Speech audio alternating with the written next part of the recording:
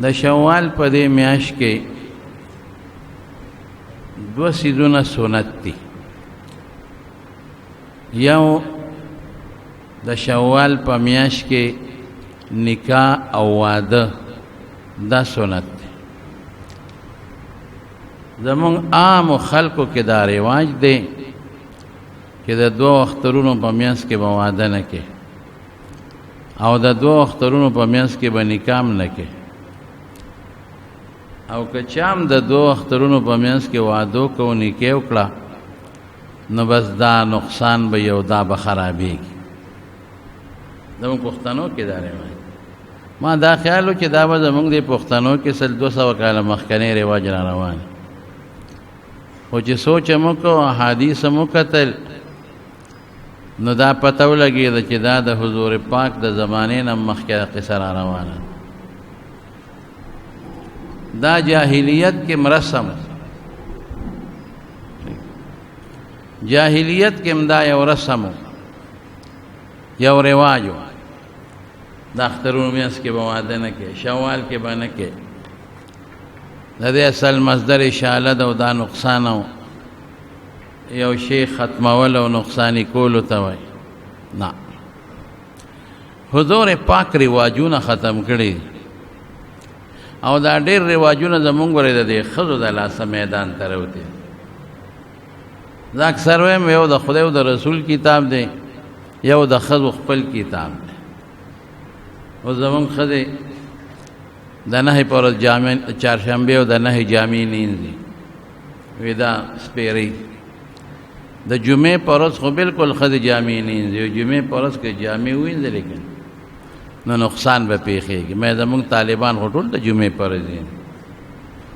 چا ته نقصان پیښ نه شو. دا د ښځو رواج چې مړی وشي نو 40 ورځو پورې جامې نینځي، دا وی تبی راځي، دا ټول ګناه ده. او چې کوم ځای کې مړی ولمبئ هغې ته بیا شمې بلی وي، دلته هغه د مړي روح راځي، چې کوم مړی د هغه روح دی تختې له راځي. شمې بلو چې روح ته یې رڼی نو په لاره تیاره ده او دلته رڼا ده، څنګه راورسېد؟ دا ټول رواجونه دا ګناه ده. نو یو پکې د شوال په میاشت کې په 2 اخترونو کې نکاح واده دا باغوي کو. نو حضور پاک د عائشې صدیقې رضی الله تعالی عنها سره نکاح د رکوټ اختر په میاشت کې وکړه چې دا رواج ختم شي. او بیا حضور پاک د عائشې بیبي وادم د رکوټ اختر په میاشت په شوال کې کړی چې رواج ختم شي. نو د رکوټ اختر په میاشت کې نکاح یا واده که څوک کوي او په دې نیت کوي چې زم دا پیغمبر مبارک تابعداري کوم چې دا رواج ختم شي، نو دا سنت دی او دا ډېر لوی اجر او ثواب لري. بی بی عائشہ صدیقہ رضی اللہ تعالی عنہ سوئی وی زمانہ بختور خزه بل نشتا، وی ډېر بختور وی خلک وی چې پر کوټ اختر کې نکاح واده سپیره دی، وی زمان نکاح واده دواړه پر کوټ اختر میاشت کې شوی دی، او زمانه وی بختور خزه بل کما وی دا هغه بختور خزه چې حضور پاک زما سینې ته ډډه والے و، زما په سینې خوا کې غیږ کې دا غنه ساوته ده. وی دا هغه بختور خزه چې زما کوټه کې د دواړو جهان مبارک سردار دفن شوی دی، او وی دا هغه بختور خزه چې اخر وخت کې زمو د حضور پاک مبارک لاړې خدای یو ځای کړی، زما سینې ته ډډه والے و، او دې کې زما رور راغی عبدالرحمن، هغه سره په لاس کې مسواک و. نو رسول الله مبارک داسې په شوق ورته وکتل. نو زه پوه شم چې مسواک ته زړه کېږي، مې د الله رسوله مسواک ته شوق کېږي، وی سر مبارک یې وړخو. نعم. نو ما هغه راواغېسته، نو کلکو، نو ما په غاښونو کې پې چکونه ولګول، زور مې ورکړ، نرم مې که پوست مې که، نو حضور پاک له مې ورکړ. نو هغه داسې ښکلې مسواک ومږه، داسې ښکلې چې په جون کې دونه خشته مسواک چې ته نه ومږلې، نو بیا مال راکه نو چې راکه نو مې دا خو د حضور پاک د لاړو مبارک لون مسواک دی نو ما زر په خپله خوله کې وواو او لاړې مې تېرې کړې وی زه څونه بختوره ښځه یم چې اخر وخت کې زما او د رسول الله مبارک لاړې خدای یو ځای کړې او واده او نکاح مې په شوال کې یعنی هغه وخت کې جاهلیت زمانې هغه رواجونه بعضې خلکو به دا زړه ناغشته چې او خو دا خدا چل کېږي او دا خدا چل کېږي او دا خدا چل کېږي نو یو ودونه د رکوټ اختر په میاشت کې ونکاح دا سنت شو چې دغه نیت دې پکې وي ډېر لوی ثواب دی. نمبر 1. نمبر 2 شپږ روزې په دې میاشت کې نیول دا ډېر لوی ثواب لري.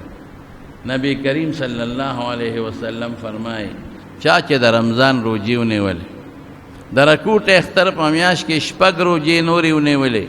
کان کصیام الدهر کله دا چې ولکه چې ټول عمر روزې نیولې څومره لوی ثواب شي. علما لیکي وې 13 روزې د رمضان وي او شپږ دا شوې نو 360 نو شپږ 13 نو دا یو نیکی بدل الله په لس ورکوي نو چې شپږ 10 په لسو کې ضرب ورکړي 360 ته جوړېږي دا د میاشتې شو 360 د ټول کال ورځې. خیر دا خاص علماء خپل هغه وجه ویلې ده د رسول الله مبارک خبره دا سیده چې وایي شپږ روزې دي ونیولې روزه رمضان نه پس لکه چې ټول عمر دې روزې نیولې اوس ټول عمر روزې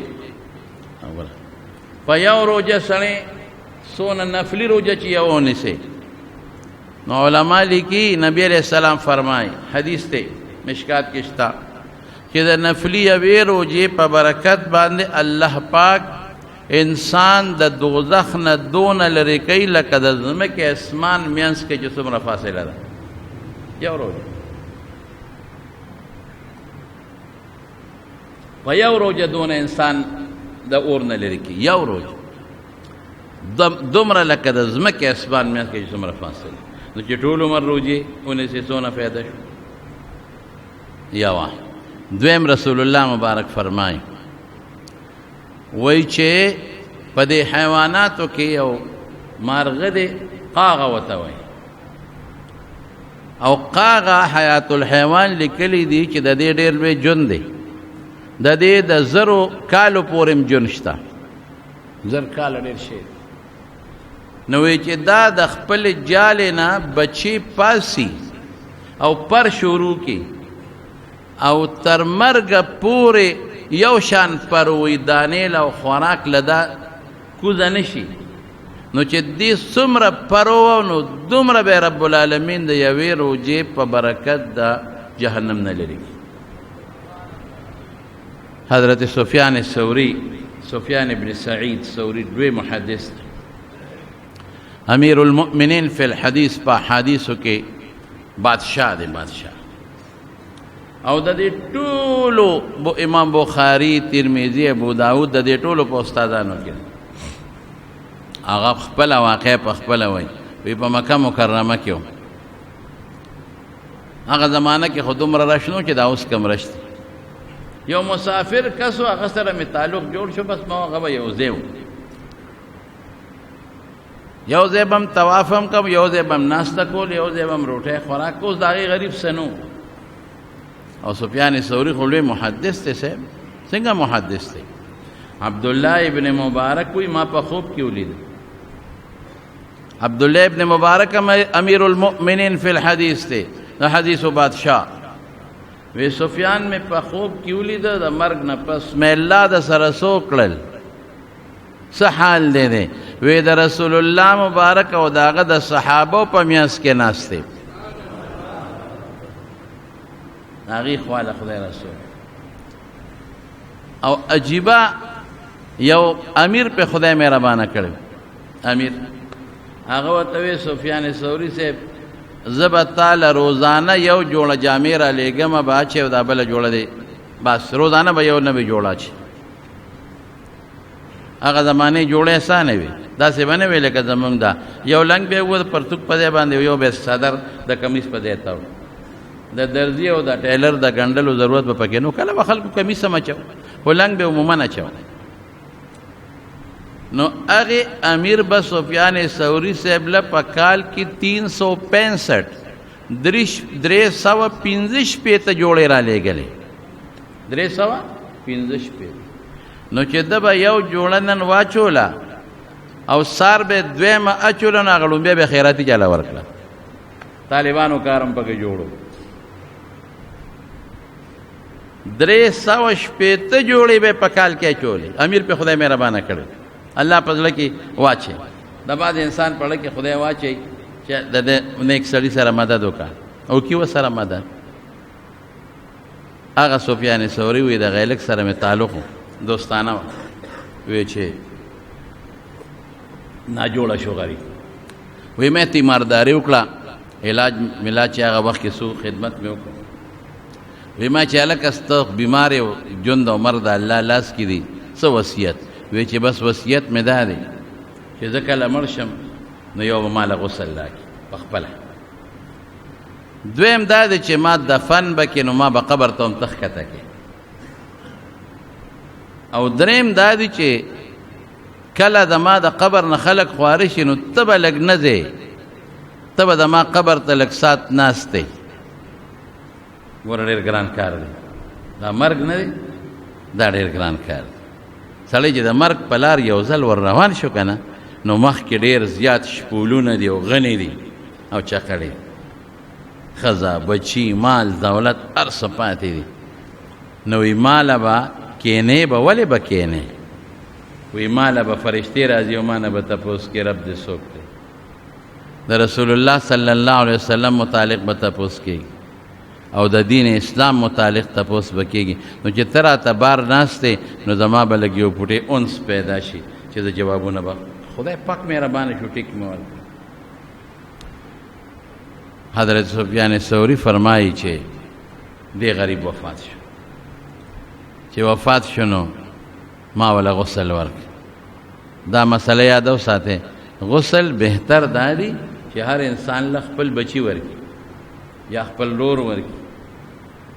دا بهتر دی ولې زمونږ په وطن کې یو رواج دام دی چې مړی وشي نو یې ورشه پلانکی ته آواز کې پلانکی ته آواز کې ټول د قام قبیلې خلک راغونډ کړي هلکه دا ولې دا د واده رسه دا دې په پالنګ خېجه ویس دا څه کوئ ټول به راغونډ کړي اور پلان کې ماماجي نشته ور شام راوړه هلکه پلان کې ترور غزوې مې نشته ور شام راوړه خدای پاکه د خپل پلار عورت خلکو ته ښې د خپل پلار وجود دنیا ته ښې دا څه کوئ مړې په درې کسه لامبولې کېږي بس یو کس مګي بل کس ورته وباچې او دریم کس ورسره مدد کوي چې ښي طرف ته او ګس طرف ته اړی راړوي سره بس خبره خلاصه نو درې کسان خپل نوسې شو رور شو واره شو زوی شو بس هغې دې ولامبئ دې کې څه دي د مړي لامبولو ها وبخیر د مړي لامبولو چل وی خلکو ته ها زمونږ خلک وی ورشه استاد جیرا والی چې مړي ولامبئ استادانو باندې مړي ونه لامبئ او مولیانو زه خو خپلو طالبانو ته یم چې ګورې پام کوئ چې د مړي لامبولو لاړ نه شي مړي لامسه لامبل څه دي په ژوند کې تاله د لامبولو کوم چل دی هغه د مړي هم دی که نه یو شان ثواب یې دی په ژوند کې چې څنګه نو ژوند کې چل درځي په مرګ نه پس چل نه در لامبول سری د مړي به په تخته باندې واچي جامې به ترې وباسي په عورت د پاسه به یو ټوکړه واچي په عورت د پاسه او بهتره دا ده چې په هغه ټوکړه د پاسه داسې لږ مالوچ خواره کړي ځکه چې ټوکړه لمده شي نو بیا ترې عورت ښکاري لږ مالوچ به د پاسه واچوه د دې کونډو نه واله تر نامه پورې په یو څادر واچوه او د پاسه پرې لږ مالوچ کېده چې که دا لمدېږي چې وجود یې دننه نه ښکاري لوټه به راوالې په هغې به وله غلې غوندې نرمه باندې وړه او غټه استنجا وکړي بیا به کڅوړه لاس ته واچئ کڅوړه او یو کس به راته وباچئ نو به ووله ښه په اسانه استنجا وکړي په دې خېټه به نرۍ غوندې لاس وله راکاږي نرۍ بعضې وخت کې خېټه کې څه شي ووځي نو چې هغه ختم شي د هغې نه پس څه دي چاردام به وله وکړي خوله کې به وله پوټې غوندې اوبه واچوي خوله خو نه وازېږي او په دې ګوته به یې لږ ومږي هغه د استنجا کڅوړه به لره کې بله به واچي، بیا به وله پوزه کې نری غوندې ګوته ووایي، بیا به وله مخ ووینځي څنګه چې بیا ښی لاس، بیا ګس لاس، په سر به وله مس وکړي او خپې به وله لاندې ووینځي. دا 4 اعظام شو. هغې نه پس وکړي 3 ځله به غسل ورکړي. بهتر خدا دی چې اوبو کې د بیرې پاڼې واچي او لږ کافور پکې واچي. خو زمونږ خلک هغه د بیرې پاڼې او کافور اوس نه استعمالي، د هغې په ځای صابون استعمالوي. نو یو ځل سر به وله ووینځي صابون سره، نو دوباره به پې وواچئ چې پاک شي، یو ځل به په اوبه واچئ چې لون شي، نو په دویم ځل کې به صابون ومه، په دریم ځل به پې خالص اوبه واچئ چې صابون دې لاړ شي. دا شوه. بیا به سره یو کس په ګس طرف کې نو د ښې طرف به وله ووینځئ 3 ځله پې اوبه واچئ، یو ځل صابون، بیا به ګس طرف ته ښي طرف ته ورواړئ نو ګس طرف به وله بیا ووینځئ. بل بنان دا مړی لمبول شو. دې کې سري بیا به وله کفن ورکړي. دا ګورې زما د اخبار خبرې ذهن ته واچوي، جرینګې به نه جوړوي په خپل مړي، حیا به وله نهلی. قسم دی ګورې بعضې خلک دي مولیان نه دي، خدا د مړو لمبولو بلد خلک دي. دا مړی لمبی غاسل ورته وي. فقها وایي چې کم هغه غاسل دی چې هغه کاروباري غاسل دی او مړی لمبی د پسې مونځ هم مکروه دی. ټیک ده، مړی لمبولو کې ثواب دی، مونږ خدا نه وایو چې پکې نشته، ډېر لوی اجر دی او ډېر لوی ثواب دی. خو چې د هغه د لمبولو څوک نی، نو شریعت وایي هسې نه څوک ته کرکه ونه کړي، نو ته بیا ولمبوه چې ثواب دی وشي. یا زنانه ای، د هغې زنانه غریبانانې په پړه کمزوري، نو خپله مور خور نشي لمبولی، نو که یو دریم ګړې زنانه ای او هغه ولمبئ، نو الله به وله اجر او ثواب ورکړي. سفیان ثوری رحمت الله علیه فرمایي غسل مې ورکړه، کفن مې وله ورکړه. چې کفن مې وله ورکړه، لاړو قبرم وله وکنیستو، جنازم پې په حرم مبارک کې وکړه، وی دفنم که. خلک لاړل، رخصت شو، دې قبر سره خوا کې لږ کېناستم، د ده وصیت دی، زما ملګری دی، مسافر دی. وی دې درمیان کې زما سترګې ورلې، وی چې سترګې ورلې هغه مسافر ملګری مړی، هغه په خوب کینم او یو خشته باغ دی او یو چمن دی، په هغه کې چکرې لګوي. ما ورته وی الله سره څو کړل؟ وی سفیان بس تا ته مې وسې سجت نشته، ځکه ته ځې نو ځه، زه خدای پاک نیغ په نیغه جنت ته ورسول. دا کم چمن او باغ چې دا د جنت باغ او چمن دی. وی ما ته په خوب کې تپوس وکړه چې دا په څه عمل څه دې کړي دي چې الله دا دونه مهرباني در سره وکړه؟ وی ما په خپل ژوند کې د رکوټ اختر په میاشت کې د شوال په میاشت کې 6 روزې نه دي پرېښېدا، مې همیشه نیولې. ما ته هم دقه ویلي شو چې دا د هغه 6 روزو برکت دی، په هغې مونږ تا بخو نیغ په نیغه د جنت ته دی. نو دا 6 روزې ونیسئ. ښه حکمت پکې څه دی؟ حکمت پکې دا دی چې د رمضان هغه 13 خو به مونږ لازمه وي. اخو کله خو او که بدو مونږ به نیولې، کم نه نیولې نو بیا به الله خفه کېده او ډېر لوی مجرمان به رانه جوړېدل، اخو به هم خامخا نیولې.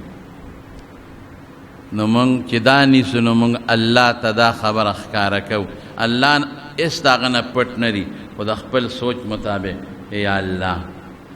تا را باندې هغه 10 روزې یا یو کم 10 فرض کړې وې، اخو مونږ ونیولې. تنګ پې نه یم، د پې خوشحاله یم. الله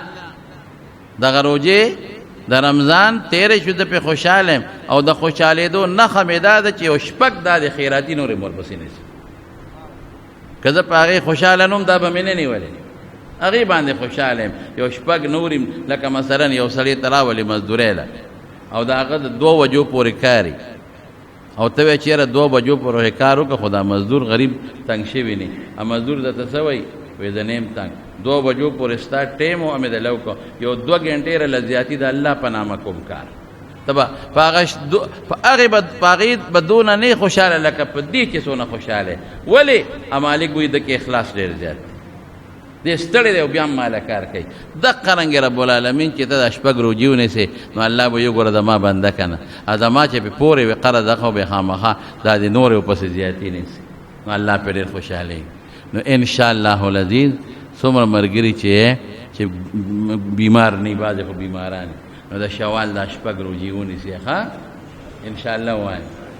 او زما دا بیان دا زنانو ته ورسوي. زنانه په عبادت کې ډېرې زیاتې تکړی نو چې هغې هم ونیسي ستاسو به هم ثواب وشي او د هغې به هم ثواب وشي. اوس دا شپږ روجې په کومه طریقه نیول بهتر دی؟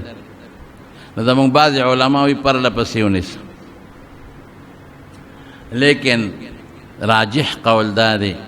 رسول الله صلی الله علیه وسلم د صیام داودی صفت کړي. د داود علیه السلام روجې به څنګه وي؟ واوره دې ته روجې وایي. یو ورځ به روجه وه، یو ورځ به کوجه وه، بیا به یو ورځ روجه وه، په بل ورځ به کوجه وه، بیا روجه بیا کوجه. دا ګرانې مې وجود هم پې مضبوط وي ځکه چې یو ورځ کوجه شي نو خوراک سړی خو طاقتمن شي. او دا یو شان روجې ستا نه دا چې پکې وقفې کې دا لږ ګرانېږي هم. نبی کریم صلی الله علیه وسلم فرمای الله ته ډېرې خوښې روجې د داود علیه السلام روجې دي. کان یصوم یوما و یفطر یوما، یو ورځ به روجې نیولې او یو ورځ به روجه نه نیوله. نو بهتره دا ده چې دا شپږ په داسې انداز ونیسي چې نن دې روجی او سبا کوجه، بیا دې روجی او بیا دې کوجه، داسې ونیسي انشاءالله. او که په چا د رمضان روجې پاتی قضا پې پاتی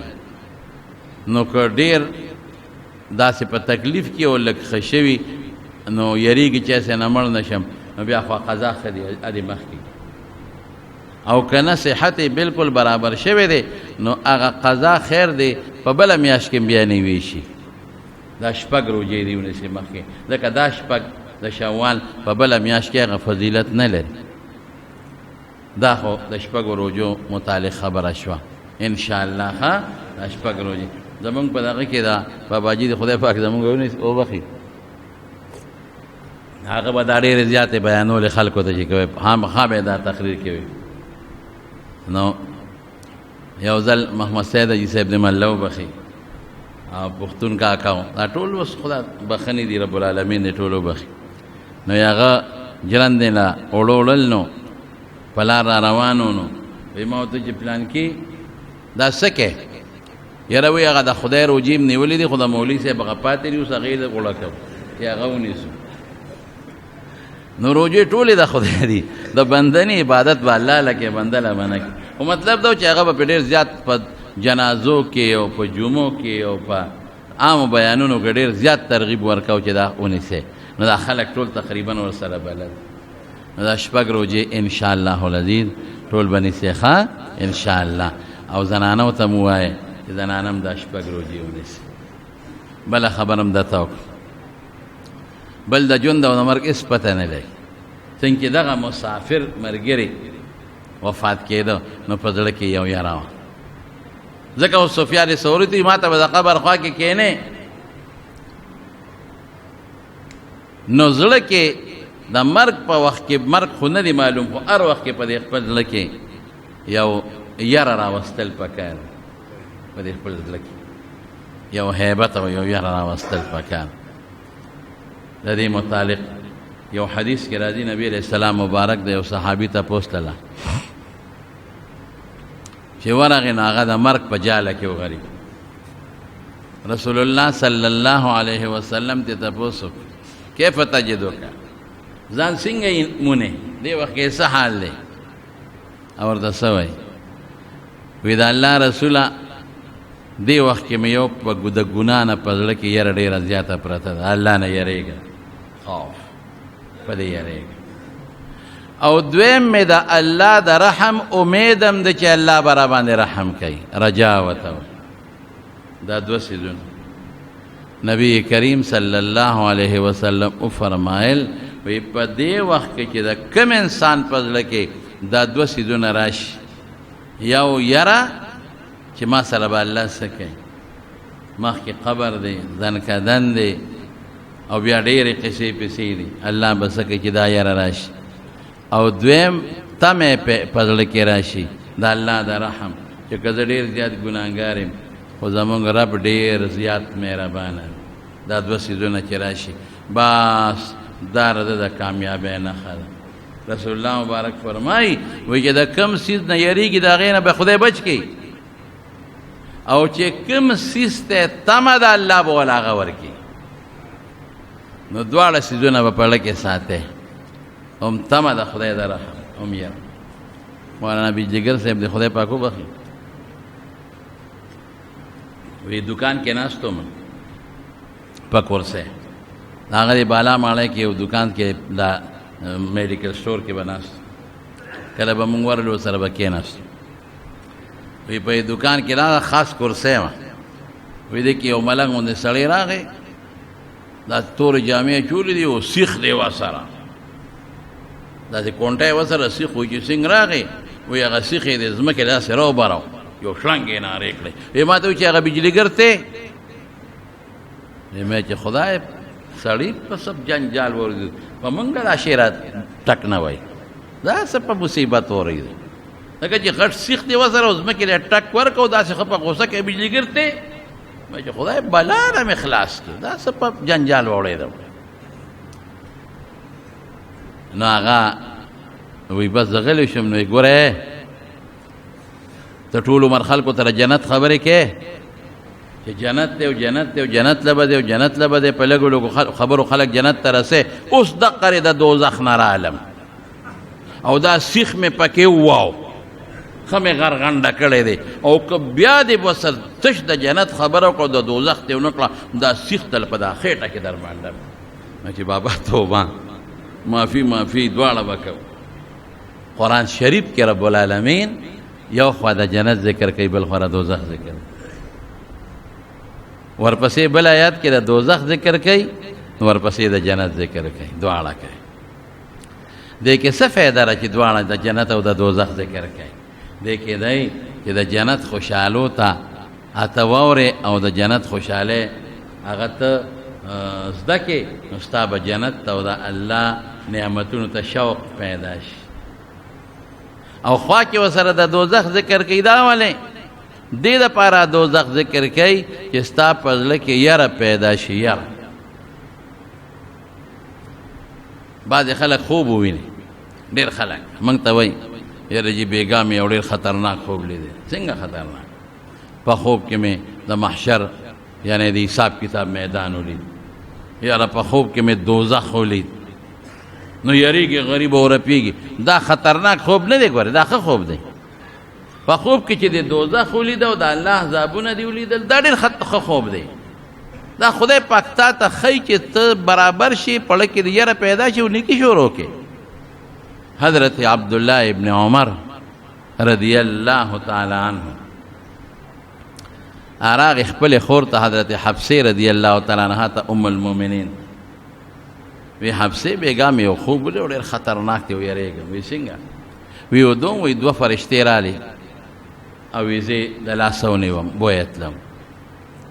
او چې څنګه بوتلم نو یو کنده د لوی کوي دی او اور پکې بلیږي دوزخ، او د دې دوزخ د دې کوي په دې سر باندې یو دوه لرګي دي، داسې خښتې دوه لرګي. وی زه بوتلم، وی ما ته هغه دوزخ ښه وی ډېر یېرېدم. وی ما ته وایي چې مه یېرېږه مه یېرېږه مه یېرېږه. وی ټول د دوزخ علامې راته وښولې مې ولیدلې. حضرت حفصه رضی الله تعالی عنها رسول الله صلی الله علیه وسلم ته دا خوب بیان کړ. دا الله رسول زما ورور داسې خوب لیدلی. عبدالله ابن عمر حضور پاک فرمایل وی عبدالله ابن عمر ښه سړی دی، انه رجل صالح. خو یو خبره ورته وکړه اربان چې د شپې تهجد یې شروع کړل، ډېر ښه دی، ډېر ښه سړی دی. د شپې تهجد یې شروع کړل، د شپې مونځ، نو ډېر ښه دی. بس عبدالله ابن عمر تر مرګه پورې تهجد پرې نه ښودل. نو تهجد خو په خپله ښه شی دی، لیکن جهنم لیدل دا څه خطرناک شی نه دی. یا په خوب کې ما په خپله یو ځل جهنم په خوب کې لیدلی. خو اوږده قصه ده درته کوم. یو لوی میدان دی غټ د حساب او کې د کتاب. نو په هغه میدان کې دا دوزخ کاری نه، خو دا کنټینر تاسو بلی دی که نه، کنټینر دا کوټه شانتې وي، دا سامان پکې راوړي، داسې یو کنټینر غوندې شی دی، هغې کې پټه لګېدلې ده، پټه لکه څنګه چې د ګنو په دې میل کې پټه لګېدلې ګیري پې وروغورځېدې یا تاسو د خدای پاک حج عمرې له بوځئ نو هلته کې بیا دا پټه لګېدلي سامان پې خلک ورچوي هغه پټه سامان وړي نو اوس هغه دا پټه ذهن کې به راځي خو مې دوزخ ونه لیده خو په دې کنټینر کې یو پټه ده داسې په منډه تیزه روانه ده او دا پټه د کنټینر په دې ویښ کې داسې تو شوې ده هغه اخوا داسې ګلی غوندې راتو شوې ده او دا کنټینر دا لاره د مچو د ډمبرو جالي دي پکې ډکه ده او فرشتې لګیا دي یو کس رانیسي او په دغه پټه یې ورغورځوي او دا پټه باندې چې ووړه په تیزۍ پټه هلته لاړه شي او بیا داسې لاړه شي زه یم اخوا دوزخ ته هلته غورځېږي دا خلک بس رانیسي او دا مچۍ ډمبرې پې بنګېږي او د یو کس رانیسي او په هغه پټه یې ورغورځوي او پټه یې دوزخ ته وړي پټه یې ورغورځوي دوزخ ته یې وړي خوا کې کنډه ما ډېره موده مخکې دا خوب لیدی خوا کې یو کنډتار دی او د هغې کنډتار نه پورې غاړه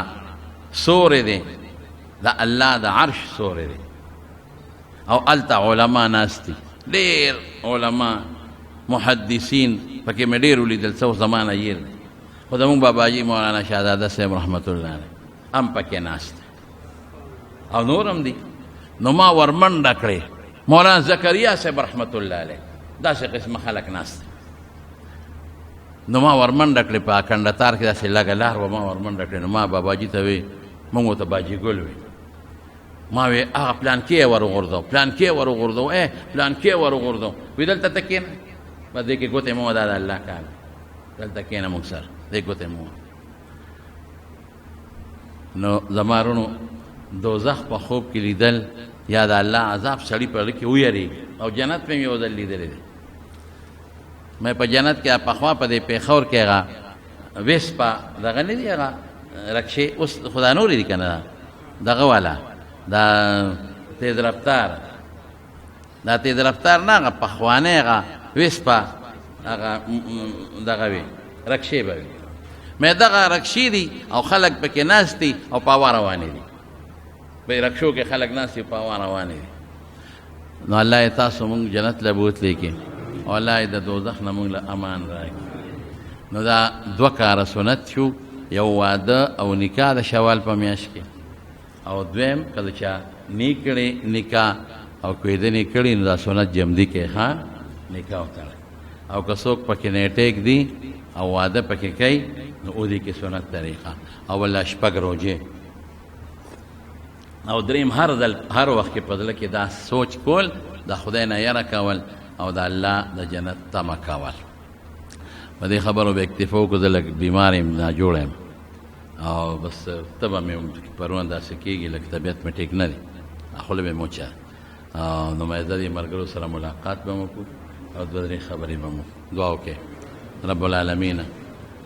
زموږ په حال باندې رحم وکړي خدای د رمضان د روژې م ټولې قبولې کړي الله په شوال کې د شپږو روژو توفیق هم موږ له راکړي الله ته زموږ نه راضي شي خدای ستا د عذابونو نه مونږ یریږو مونږ د خپلو عذابونو او د